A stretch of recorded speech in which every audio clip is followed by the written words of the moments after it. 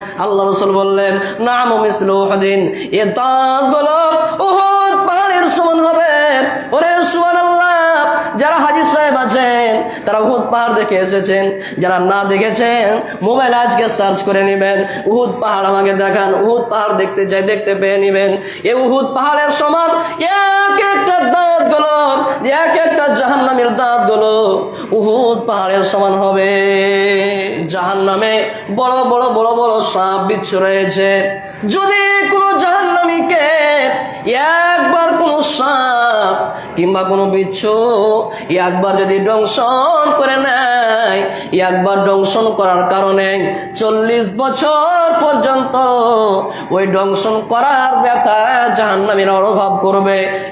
একবার দংশন করার কারণে 40 বছর পর্যন্ত তার ব্যথা থাকবে। সুবহানাল্লাহ।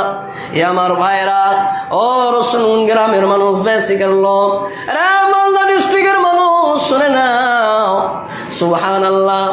আজকে যদি আমি আপনার বাড়ি বেড়াতে আসি, কুটুম আসি, আপনি যদি আমার বাড়ি বেড়াতে আসেন, আপনাকে আমি প্রথমে চা দিব, নইলে পানি দিব, নইলে ঠান্ডা দিব, আর কিছু দিব। কিন্তু মুসলমান যখন কোনো জাহান্নামী জাহান্নামে যাবে,